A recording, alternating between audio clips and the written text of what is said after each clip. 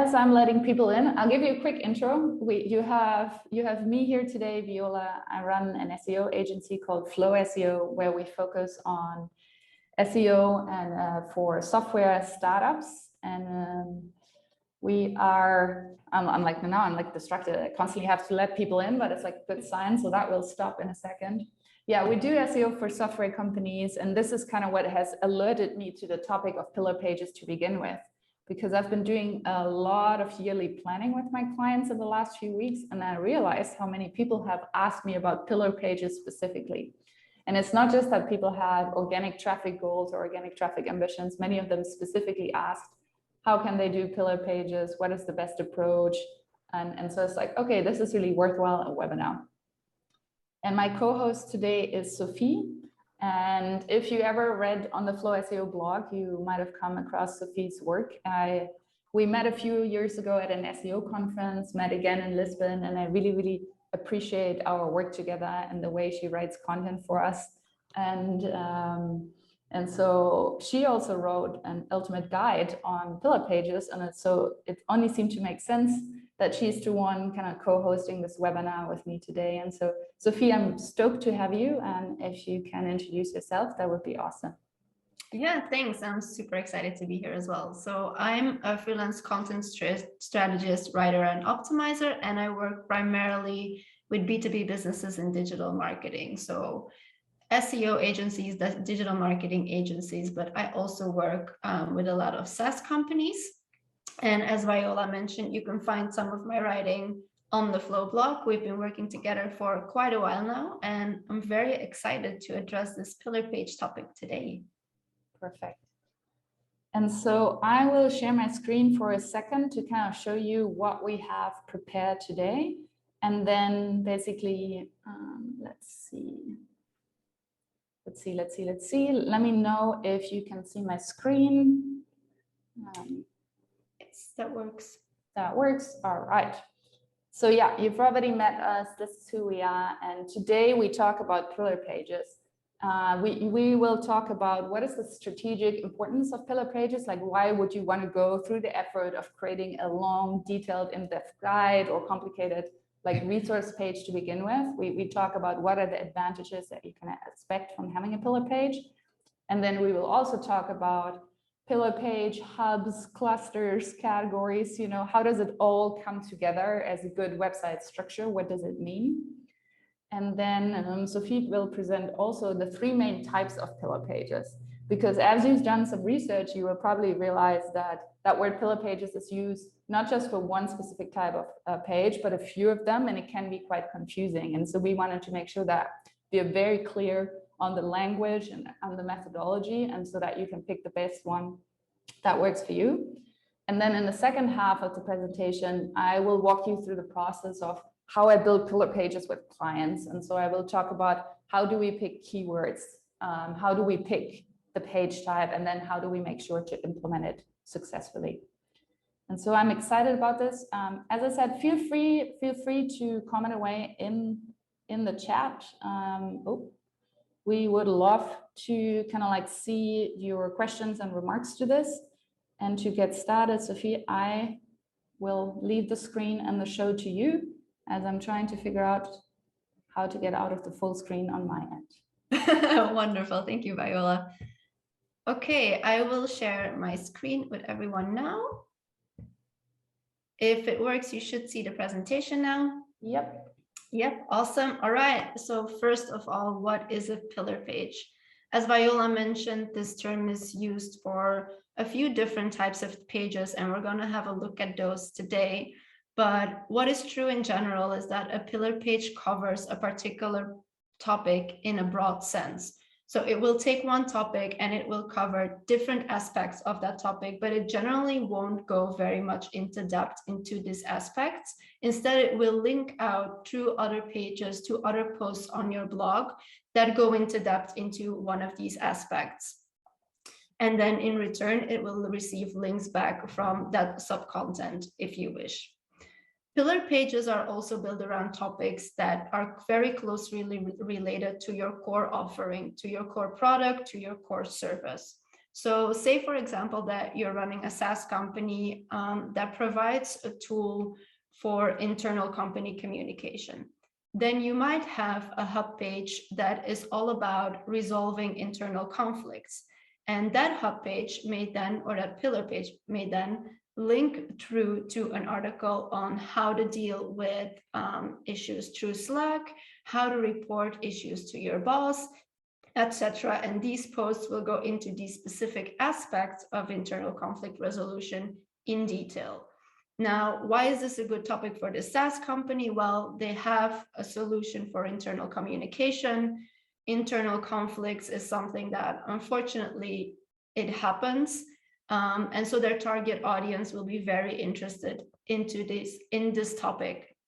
It's also a topic that's evergreen, right? Like, internal conflicts is not a trendy thing. It's not something that happens once a year. It is something that's relevant for companies throughout the year and will remain relevant for many years after. That also means that this type of content, the content that usually goes on pillar pages, doesn't require that much upkeep. You may want to keep it up to date to make sure the rankings stay well, etc., which I'm sure Viola is gonna talk more about. But it's not content that holds updates that change every week, for example, or that talks about trends that may not be relevant anymore in a few months. Pillar pages can be your blog category pages, or they can be resource libraries, but they don't need to be. And again, this is a more technical aspect that I think we'll come back to later. But what I do want to mention is that there are different names for pillar pages, which Viola already touched upon as well. So some people call pillar pages content libraries. They're often also referred to as hub pages, as cornerstone content, or as content silos or silos. And I want to go into that naming a little bit, because if we look at the structure of a website that uses pillar pages, you can instantly see why they are called the way they are. Say, for example, you run a website about food, love food. You may have pillar pages that are about fruits, about vegetables, about meats, so basically about different types of food. And then the fruit page, for example, will mention that, oh, you know, there are different types of fruits. There's bananas, there's apples, there's pears, there's berries, but it won't go into detail about all the aspects of these fruits. Instead, it will link on to posts that are specifically about bananas, apples, etc. And the banana post, for example, might then mention the nutritional values of the bananas, banana recipes, when it's best to eat a banana, when you need to toss a banana, and so forth. As you can see, the pillar page links through to all of these specific sub-posts or sub-content, and generally this sub-content will also link back to the pillar pages. You can already see the way the graph is made, that it's very clear that we have the pillar page on top, and then we have the sub-content beneath. And if you lay it out like this in a graphic, it's clear where the name pillar page or SEO silo or topic cluster comes from, is basically because this type of content forms a cluster with all the related content around it that is linked, that it links to, and that it is also linked back from. As Viola mentioned, there are different types of pillar pages, which we'll go into in a second. But first of all, you might want to know, why do I actually need to use these pillar pages? Are they just good for structuring your website, or are there other benefits to them? Well, as the fruit example may have already demonstrated, pillar pages are great for gathering information around a specific topic on your website. They can be used as information hubs to really hone in on the core topics of your business. And in that sense, they increase your authority and also your relevance around that topic, both in the eyes of Google and in the eyes of the user, because you're making it easy both for Google and for the user to show what you're an expert in.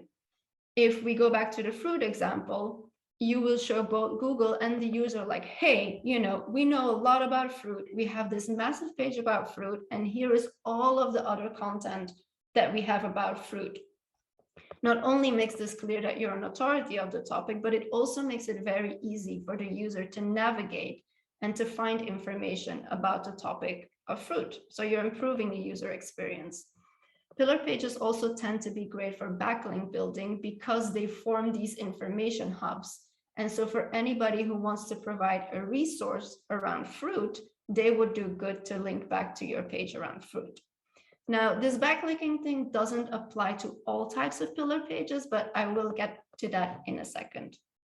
First of all, I want to talk about, I don't know why that happened. Let's switch to the end, my apologies. There we are.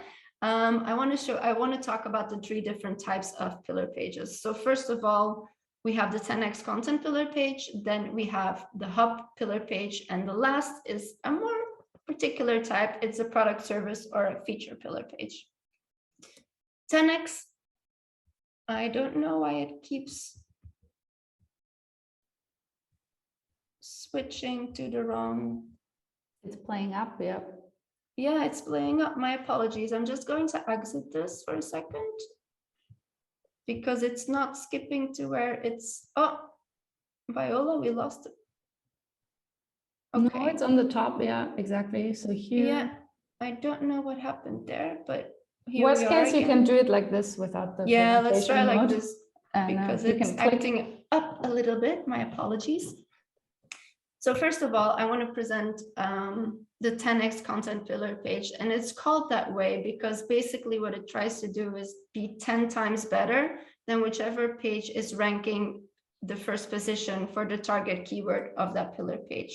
So 10 times better can mean that it is more in-depth, it is longer, it's more extensive, maybe it's more up-to-date, maybe it has better graphics, better case studies. Basically, it just aims to be 10 times better. That's also why 10x content pillar pages are often presented as ultimate guides, and why they tend to be long form, because they generally include lots of information. They're educational in that way as well, because they really want to educate the user about all there is to know about this specific topic. And they're created to rank well, because they're so in-depth and they have so much content, and they're also created to be better than the page that's already ranking first on Google. They tend to have a lot of ranking opportunity. A good example of the 10x content pillar page is the beginner's guide to YouTube that you can find on the Backlinko website. We're not going to look at the page itself. You're free to Google this, and then you will see that it's a very extensive guide. What we will look at is a screenshot from Ahrefs that shows how this hub page has been gaining keywords throughout time. And this shows that a piece of extensive content with lots of in-depth information, such as a 10x content pillar page, can be really good for your keyword rankings. A different type of pillar page is the hub pillar page. And contrary to a 10x guide, this type of pillar page generally does not have that much actual content. Instead, it functions as a hub for all of your resources on a specific topic. So instead of providing all of the content on the page, it will link out both to internal and external resources around the same topic. If we go back to Backlinko, the Backlinko guide was a very in-depth post about YouTube marketing, but he also has a marketing hub, and that looks very different. We'll have a look right now. So if you see the YouTube marketing hub on Backlinko, you'll notice that there's very little actual text, like there are no long paragraphs, but instead you have all of these categories about content that's around YouTube marketing. And I'll play this again so we can see again. So on the side, on the left side, you can see there's topics like creating a YouTube channel, creating videos for YouTube. There's also optimizing videos for YouTube. And then on the right side, there are links to content about all of these subtopics. So this makes it very easy for anyone who wants to learn about YouTube marketing to find the resources that they're looking for. A third type of pillar page is a product, service, or feature pillar page.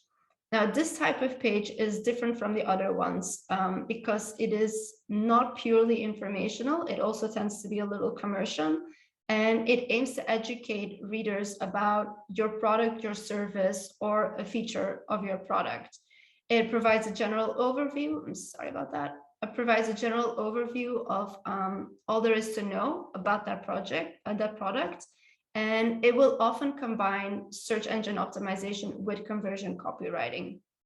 And while in the best cases, conversion copywriting is also used on other pillar pages, for example, when including a call to action, it will much more prominently be present on a product, a service, or a featured pillar page, as it really aims to get the reader to that call to action and get them to buy or get in touch with you or potentially sign up for a free trial or for a demo.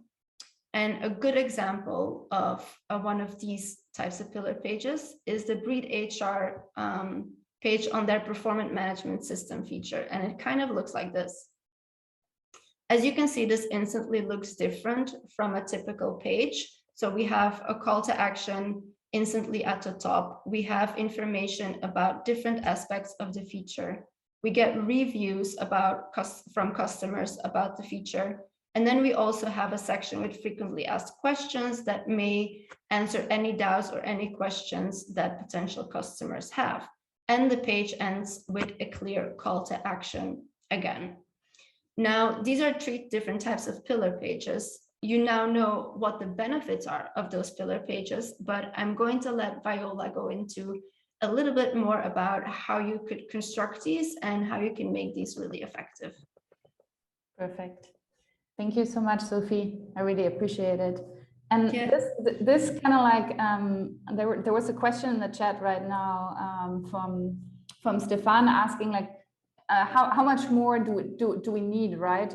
How much more than links do we need to provide on a pillar page? And I think we'll talk about that a little bit more, but it's really getting really clear on what is your aim with the pillar page. And I think the big difference with the 10x content page is like, this one really has a strong opportunity to rank for the head keyword, right? And as we've seen with the backlink, for example, it actually ranks for a variety of keywords.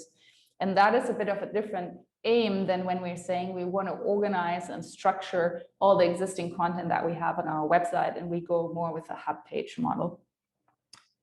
And so now I will share my screen, and exactly, so where are we? I need to see. All right, we are here. Perfect. All right. Basically, what I want to talk about kind of like in the second half or before kind of like Q&A time, I want to talk about the crucial factors that will make your pillar page successful.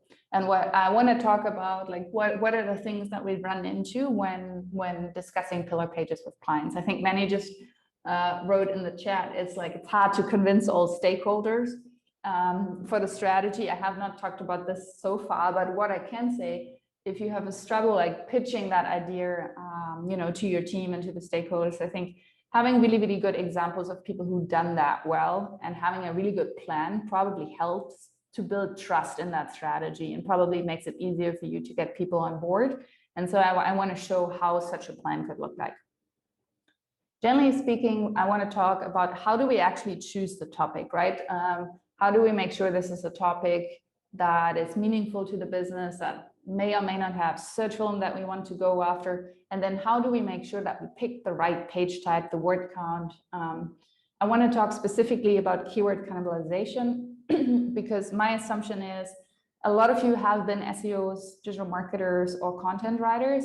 And so if your business or your client business has 1 or 2 core topics, you have probably talked about these core topics on your blog, on your landing pages, in your resource library. And we want to make sure that the pillar pages is complementary to that and elevates that content instead of competing for the exact same keywords. And I would say that is a bottleneck that we want to be aware of. And then let's quickly touch up on producing content. All right, so first we want to choose meaningful topics and target keywords. And so I showed you some keywords in the wild. There is 4 pillar pages here that we can be looking at that give you an idea of what does it mean to choose a meaningful keyword. So for example, there's the software company TravelPerk, which is a travel management software, right? And so travel management means that office managers or corporate travel managers, you know, they book planes and trains for teams, they organize the receipts that come with it, and there's obviously like administrative like workload that comes from organizing travel for a big company. And so the TravelPerk software helps people with this.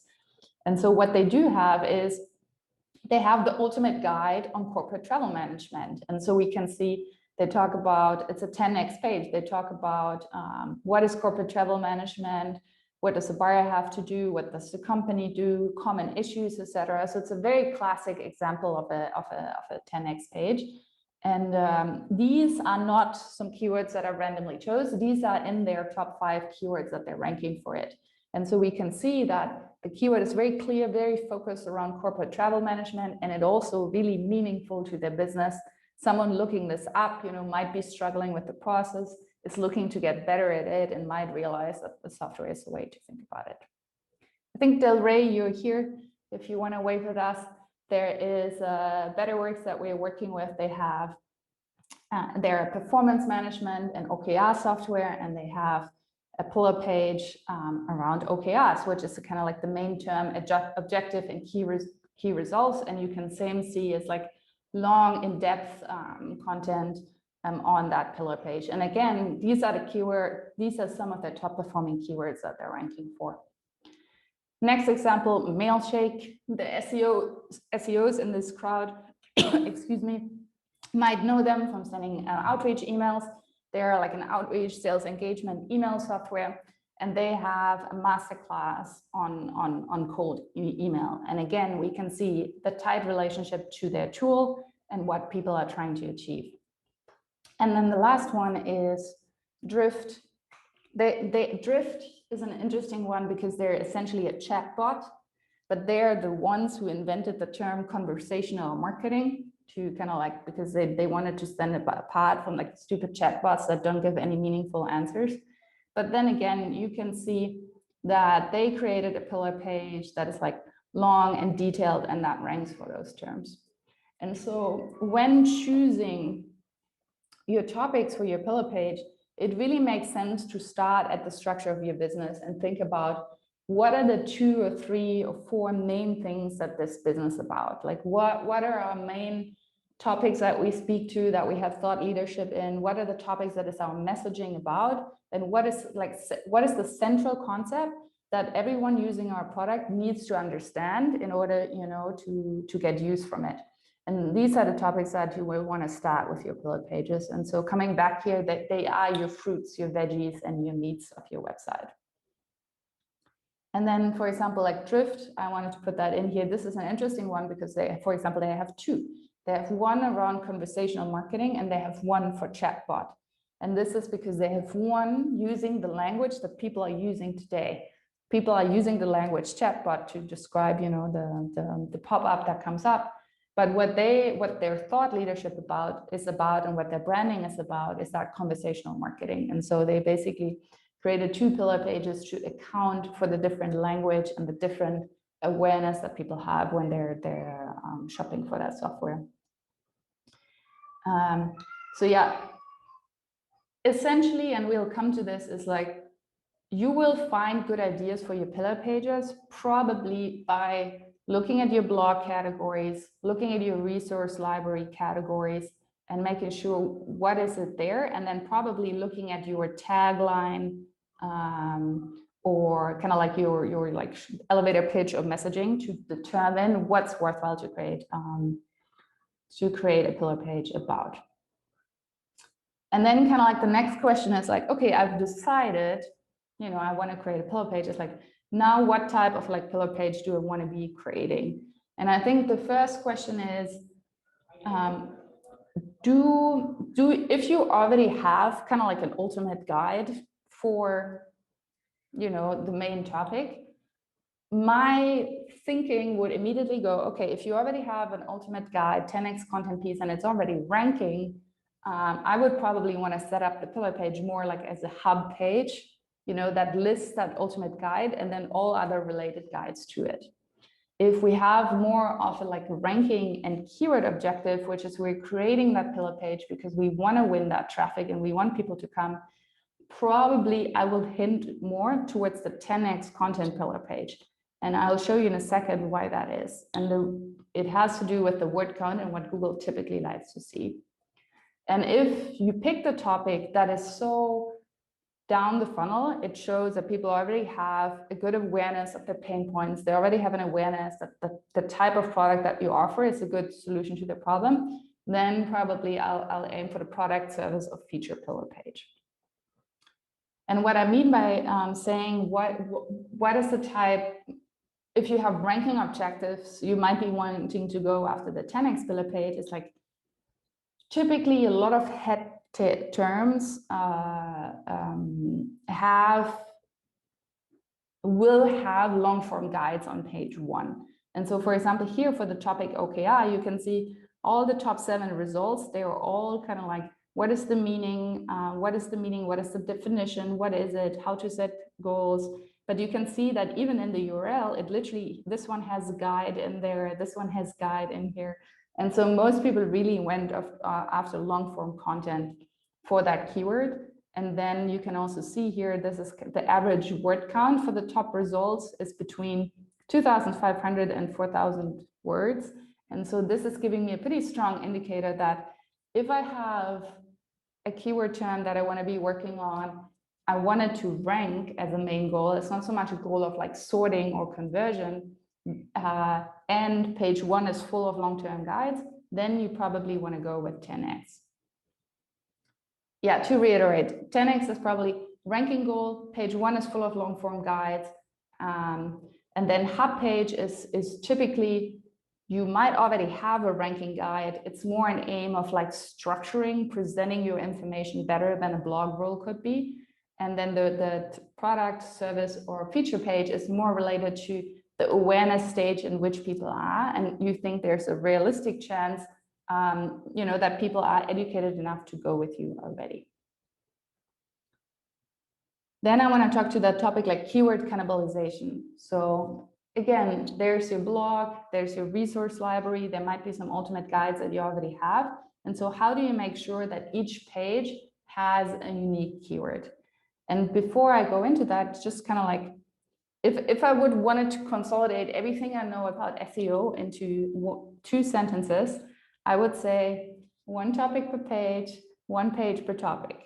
And what I mean by that is Google is still an algorithm. And so Google understands language based on a mathematical model, and Google loves structure. And so if we can show Google this is my topic and this is the most relevant answer to the search query, we have the best chance of ranking. And so in general in SEO, we want to avoid writing about the same topic over and over and over again, because at some point we have 5 pages optimized for the same keyword. And then you're not just competing with everyone else on the internet for the keyword, you're also competing with yourself. So one page per topic, 1 topic per page. And so once you've kind of figured out this is the topic you want to create a pillar page about, you want to look at all of the other pages on your website that could potentially be competing with this. And I think these are some that are typically candidates for competition, but I want to talk about why they might not be.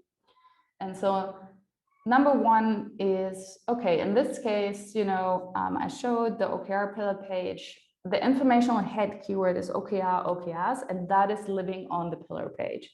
And so we know that when we talk about the broad concept of OKRs in other blog posts, we always want to be linking to that pillar page. This is not and should not be in competition with your solution, product, or feature page, which should be your OKR software or OKR tool. Again, these are the people that are ready, that want to buy, and that are looking for that specifically. Then there's probably your blog category. If you talk about goals a lot, you probably have a blog category about goals and goals alignment. Your typical out-of-the-box WordPress blog category is not really optimized for search. Because the blog category typically just has that, I can show what I mean by that. Your typical, not this one. Your typical blog category when it comes out of WordPress has Yep, I'm getting there. Has just a headline on the top. It doesn't really has just a headline on the top. It doesn't really have content. It has all the paginated pages, you know, it's not really going anywhere, right? It's like Google is not going to rank me for business because I use that word business here on the top. And so typically your blog categories are not really optimized well, but they obviously create a structure through internal links. And so if your CMS allows you that, it's actually a consideration saying like, can I turn my blog category into that pillar page? Because then you're basically you're hitting two birds with one stone, which is you're keeping the structure that comes from the internal linking, and you can build out a pillar page. And so this is what we've done here. It's like, again, I think SEO is a very competitive term, so I'm not so ambitious to rank for it anytime soon.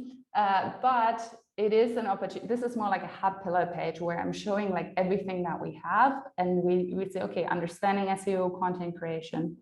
And so if your CMS allows you that, which WordPress typically does, consider turning your blog category into that hub page. And then basically in one go, you get a beautiful silo, beautiful internal linking, and a good structure. If that's not the case, don't worry about it too much, because again, typically your blog category won't rank. It doesn't really have any word count. There's not much there. But what you can do then to kind of like tie it together is in your pillar page, you can basically link to your blog posts. And so that's how you can then build the relationship as well. And then basically there's a blog there, but it's like integrated into the pillar page, and it making sure that they belong together and they have a proper internal linking.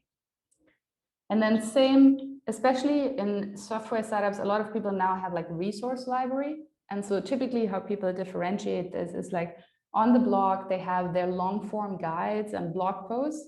And then in the resource library, people often have their videos, their webinars, their white papers, their case studies. And I think the main reason why people separate this out is intent. Most of the resources, you want people to leave their email. This might be more your sales enablement content, etc. Whilst your blog SEO content often can be more top and middle of funnel, and it's more about drawing people in, reading. And so if you have that separate, it could be the same blog and resources. Maybe you sort that in the same, but if you have it separated, it's like, again, typically your resource library category is probably not optimized.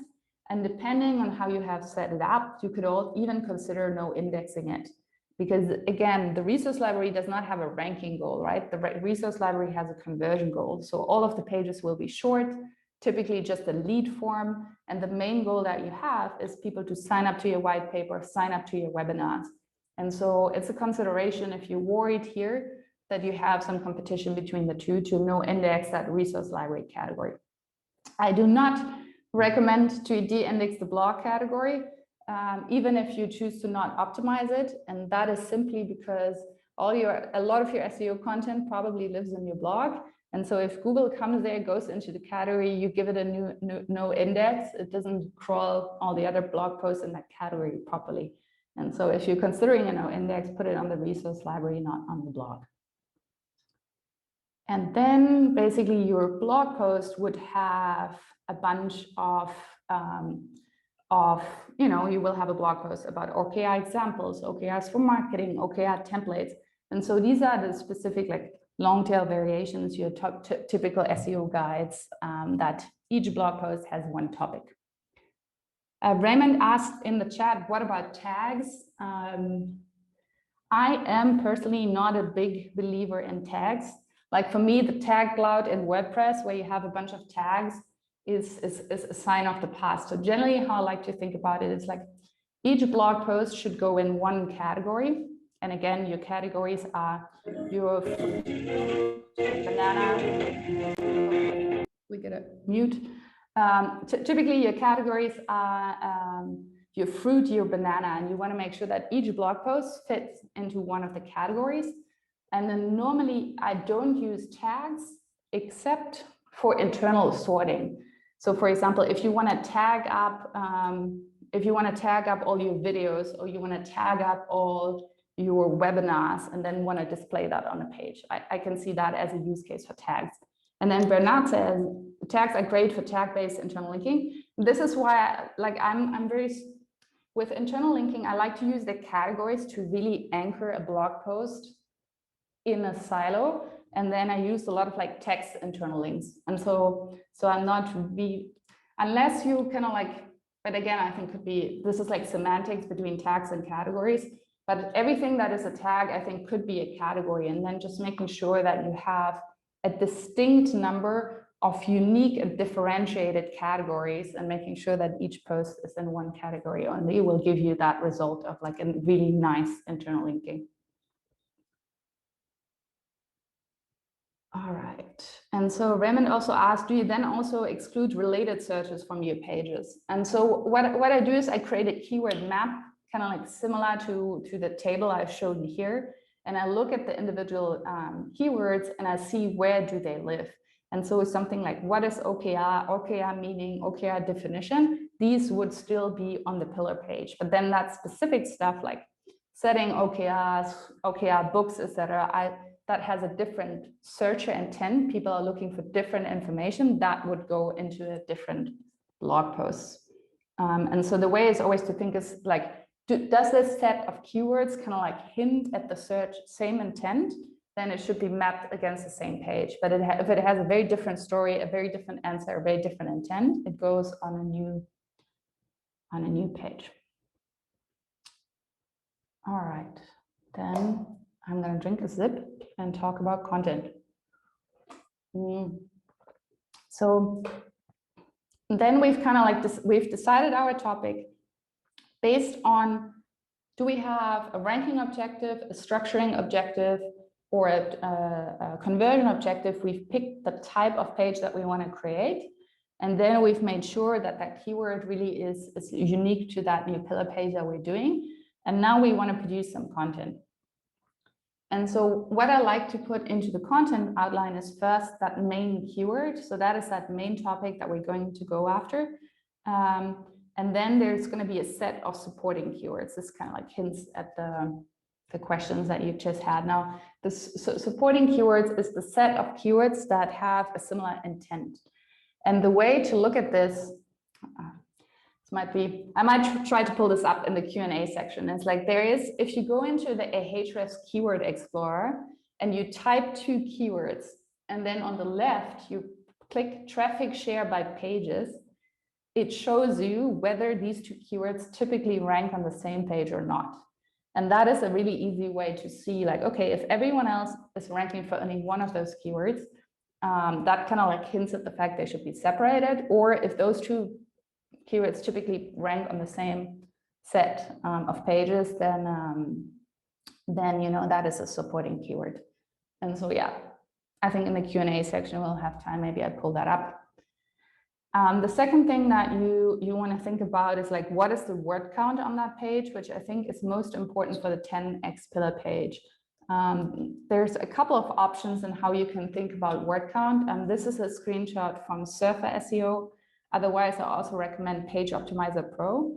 And these are both what they call correlational SEO tools. And so they look at what do the top 1 results have in common. And the logic behind this is Google is showing their hand, essentially. If you want to understand what Google would like to see, if you want to understand what Google finds relevant, you get a look at what's ranking today.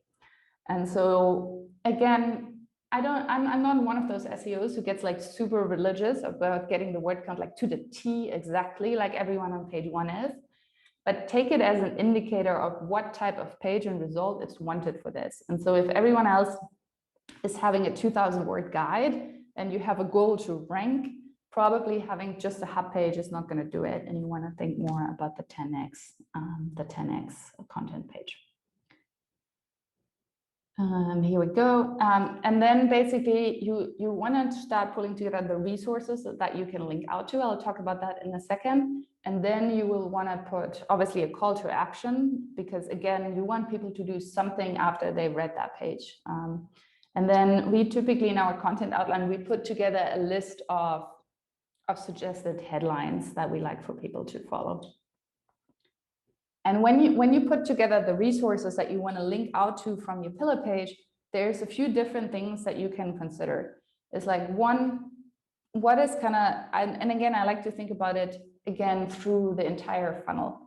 And so now when I look at this, I think I probably should have ordered this differently, but kind of like middle of funnel is kind of like your sales enablement content, right? It's like, these are the people that they might have heard about you before, they're interested in you, and they just need to understand better. And you wanna satisfy them. You wanna give them some case studies. You wanna give them some use cases. So don't think that in your pillar page, you can only choose from your blog, right? Ultimately, that pillar page has the goal of driving more people towards signups, etc., like getting in touch with your business. And so don't think that you can't pick some of your case studies or use cases as something to link out to from your pillar page. There might be some like lead generation. We talked about it before, like white papers, videos, studies that you want to put on there. And then otherwise, you want to pick your informational content from your blog for the pillar page. And I think, yeah, I think this is a video. Let's see. No, I think it said to me before that I'm not allowed to share it, but this is the page that we talked about before. And it covers a wide range of resources also on the pillar page. And this is something that you're allowed to do as well. All right, this is kind of like from my end. I see we have more questions in the chat, which is appreciated. I will maybe quickly jump into the summary, and then Sophie, we can have a conversation, see what are the things that we have. But in short, today we talked about like the strategic importance of pillar pages, which I would say is like, it is mainly a game of structuring a lot of the information that you have. And the reason being is, as much as WordPress and a lot of CMSs are beautiful, you know, they come there, you click, you have a beautiful blog. Sorting everything by date on a blog roll is just often not the most useful way to present information. And so the pillar pages kind of steps in there as someone really like resource library, like what is the order and logic in which people need to learn about a topic, and that doesn't have to be determined by the date at which you published it. And basically, pillar pages, topic clusters, and categories have a very close relationship. I think the pillar page is kind of like the mother of a topic cluster or category. And then again, because there are so many terms flying around, I think it's useful to think about it as the 10x page, the hub page, and the feature page that have different goals. One of them is more ranking related, one of them is more structure related, and one of them is more conversion related. All right, I will jump out of the slides for a bit and then have a look at what we have in the chat here. Lani asked, can we get a copy of the slide deck? I think you can. I'm also going to upload this video on YouTube, which is probably more useful than just looking at the slides. And so you can watch it on my YouTube later. And then quick, Christy says, I don't understand this idea of competing against yourself. Are you saying if we use our own blog post in the new pillar page, we should remove the blog post and redirect it? What I mean by that is, so competing against yourself means, let's say you decided your main topic is corporate travel management, and then you create a blog post about corporate travel management, you create a pillar page about corporate travel management, and you optimize your feature page to corporate travel management, which now means you have 3 pages on your website that are all optimized for the same keyword, which kind of makes it that when Google comes there and is trying to find the most relevant answer to corporate travel management, it has 3 pages to pick from, and that is not ideal. And so we want to make sure that each set of keywords only has one home on the website. And so then if we have that pillar page, corporate travel management, the pillar page is covering the informational queries in detail. And then your blog post would have like slightly variations and spin-offs. It would be kind of like best practices for corporate travel management, or how to choose a corporate travel management software, or how to hire a corporate travel manager, or what makes a good corporate travel manager. And it's just a matter of not picking the exact same keyword over and over again because you care about it, but making sure that the different intents, different questions have a home. And so the blog posts that you feature on your pillar page they're not getting removed or redirected. They're just featured. I might just quickly. And so if you pick, that you want to show a blog post on your pillar page, it is just there. It's just featured on your pillar page, and it just gets that power. It gets that internal link from your feature page.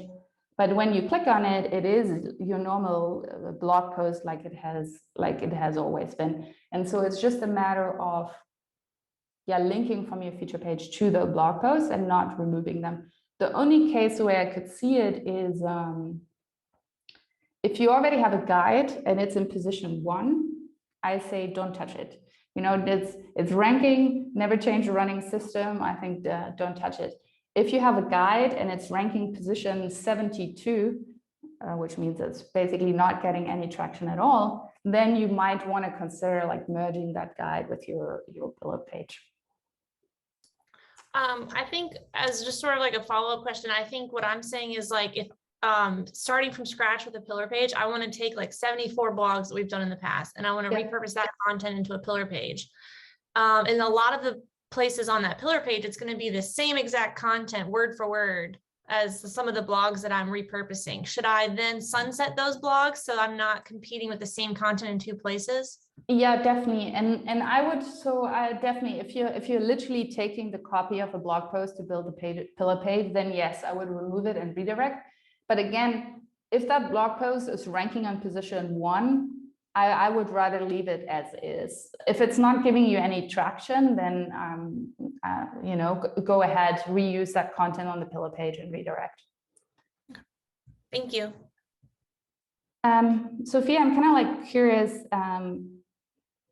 from your perspective as a content strategist and content writer, is like when you receive an SEO briefing, when you start writing on pillar pages, like how does that process look like? I think that feeds very well into Chris's question as well. Yeah, so the benefit of receiving the briefing is that I don't need to check for all the keywords in other posts anymore. So that's great. I can just get started and focus on this one page. My first step will always be to go through all of the resources that need to be included to basically gather all of the things that I want to put on that page and to figure out the structure.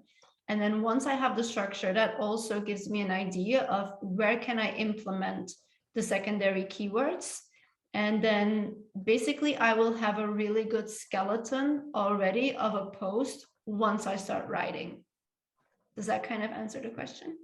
That makes sense. That makes sense. And especially when writing a guide that is like so long, what are some of the considerations that you make to make sure that this is actually a piece that people would want to read? Like, what are some tips for writing a long form content like that? Yeah, so the thing that I find the hardest with 10x content pillar pages is finding the right balance between making it very extensive and really making it 10 times better than what's already ranking, while still leaving the opportunity to link through to even more specific posts. So when you kind of list all of the different aspects of a topic in your 10x content pillar page, you want to make sure that you address what's really important about those aspects, but keep it as concise as possible so that you still have the opportunity to link through to those posts that target more specific keywords. Yeah, I love that you mentioned that, because I think that is a real challenge, right? If you want to cover, let's say, definition, benefits, some use cases on the pillar page, and you still have those specific blog posts to go with it, like when do you stop? I think in my mind, that is more an SEO mind than a content writer mind. I'm always thinking like, oh, okay, maybe on the pillar page, it's kind of like the introduction paragraph, and then that blog post is kind of like the long form thing. But I think the danger is having like 500 words about the thing already on the pillar page. Yeah, I think it depends also a bit on what the topic is, right? Like some topics lend themselves to going really, really, really in depth. And then it might be okay to have a 300-word paragraph about a subtopic, because you know you can still write a 2,000-word post and go even more in depth in that aspect. But if it's a topic where it is a core topic to the business, but there's just there's not that much to say about which can happen, or there's just not that many keywords that you may want to use in general, then you may want to keep things even more concise on the pillar page and use the rest for the specific blog posts. Yeah, agreed. And I'll share my screen again. We can look at that drift page for a second, which this is the drift page on conversational marketing. And you can see here, so for example, they start, right? It's like how conversational marketing is changing it. And they go into it, and then basically like, how does it actually work? And then, for example, it goes here, it's like, we have this framework for it. It's a conversational framework. And even though this is not as pretty as, for example, what we have here, this is like a very good looking way to link to the blog post. This is also a way the pillar page links to a blog post and creates structure, right? It's with a simple text link. And so you can see here, they've mostly chosen, then they're in here, they're like live chat software is an internal link, chat platforms is an internal link. And so definitely use regular in text internal links to also have that opportunity to link to that pages that you want to have on your pillar page. I think both of them are an option as kind of like a visual design like this, and then also having them kind of like in text. And then I think we do somewhere have the backlinker one. I'll pull that up. The backlinker hub page that Sophie was showing before. And they're kind of like in the middle, right? They have kind of like a good looking icon here, but then essentially these are just text links, and all of them have like a similar goal, which is like creating that internal linking structure to those other resources on your website. Many also said Surfer has a free Chrome extension that includes the average word count for top results for every given query. I think that is a good tip for everyone. And then I did see a question somewhere related to, would you use zero search volume keywords if it's a relevant topic to the business as a supporting article within a given hub? It's a good question. And I think in most of the cases I would. And the reason is relevant to the business. And the background is this. If we think about B2C, SEO tools are typically quite good. Like they have big keyword databases, they have a lot of search volume information. As soon as we go B2B, and then if we go B2B and then something new and innovative, the keyword tools very quickly have a lower keyword database and lower information. And so if you do a very niche B2B topic, you might be going through a Ahrefs and it always returns you 0 to 10, 0 to 10, 0 to 10. And so my second step would be, okay, if Ahrefs only turns 0 to 10, let's have a look at Google Keyword Planner. Let's have a look at SEMrush. And basically, let's look at 2 or 3 data sets to make a decision. And then I would recommend have a look at your Google Search Console. Because I've seen it many times that Ahrefs tells me 10 searches, and then we pick the topic because it really makes sense for the business and it gets hundreds of clicks per month. And so that is something to think about. If you've covered a similar topic before where Ahrefs told you 0 at 10, what do you actually see in Search Console and Google Analytics? And so again, the caveat is it really needs to be relevant to your business, but then I would definitely consider writing a page about a topic that has quote unquote no searches. And then maybe do 2 or 3 of them as an experiment and see what Google Search Console like returns to choose whether it makes sense to continue that path in the future.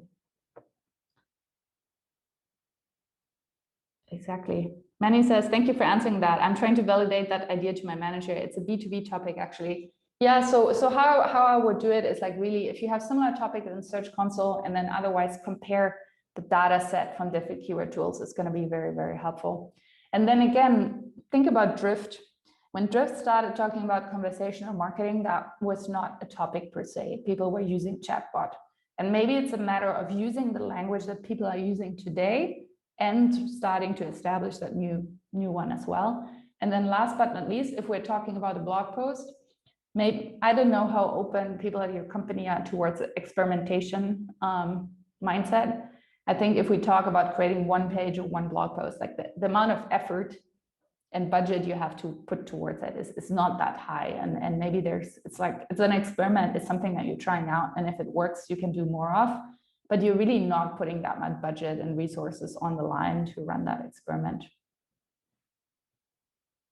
Yeah, I'd like to ask you a question, Viola, now that we're talking about getting validation or getting approval. Yeah.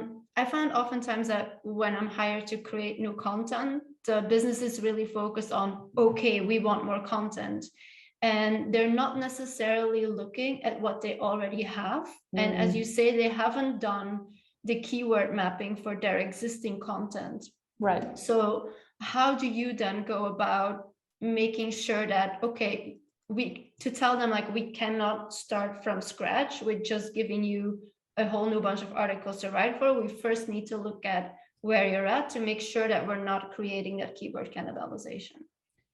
Yeah, I love that question on so many levels, because like one, content updates are an SEO's favorite. And then it's for that reason of one page per topic, one topic per page. If we've already covered the topic, we want to make sure that page gets like longer, better, more detailed, up to date with the video. And so,